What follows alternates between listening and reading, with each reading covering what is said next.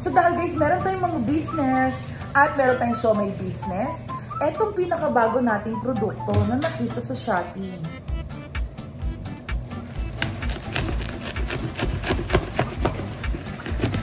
Parang cake lang.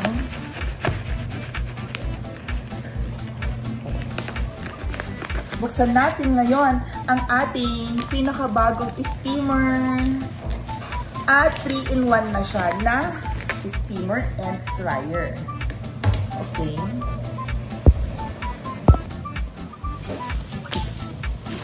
Ayan. Perfect, diba? So, buksan natin ang ating multi-function cooking pot.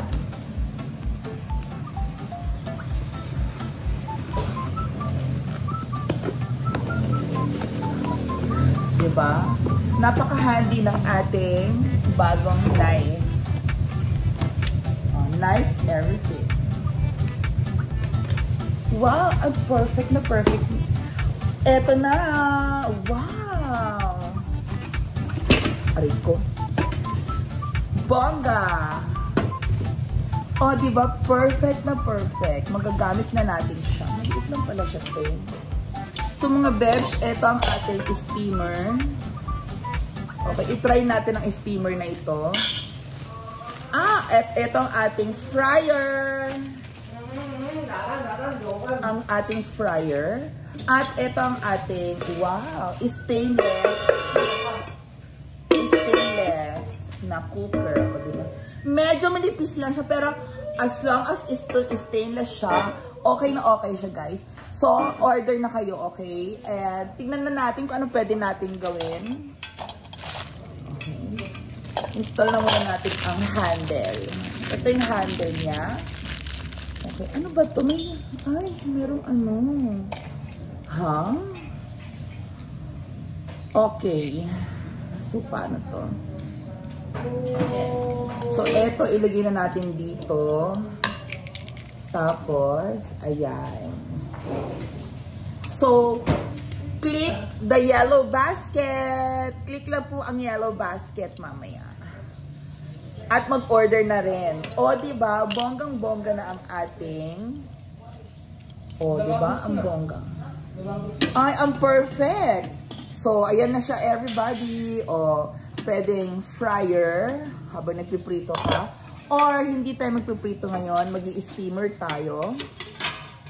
Ilagyan natin, bonggang steamer. O, diba? Kitang-kita nyo naman. So, ayan na guys. Order lang po and click the yellow basket. Bye, everybody!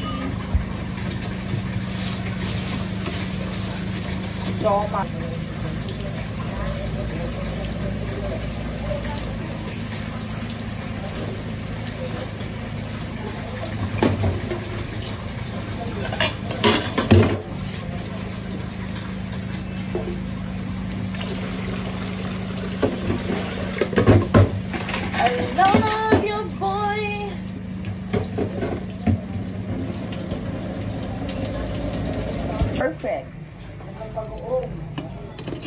Huh? So, hayaan muna natin ating siomai. Okay? So, nakikita nyo na nagbo-boil na ang tubig ng ating siomai at naluluto ng ating siomai. Ang bilis maluto. Tignan nyo. Para siyang pressure cooker. O, diba? Nakakaloka! O, bahanaan natin ang onte. Ayan. O, diba? Grabe! Ang bilis natin makapagluto ng siomai dito. So, mga ilang minuto na lang po, luto na ang ating siomai at pwede na natin siyang ilipat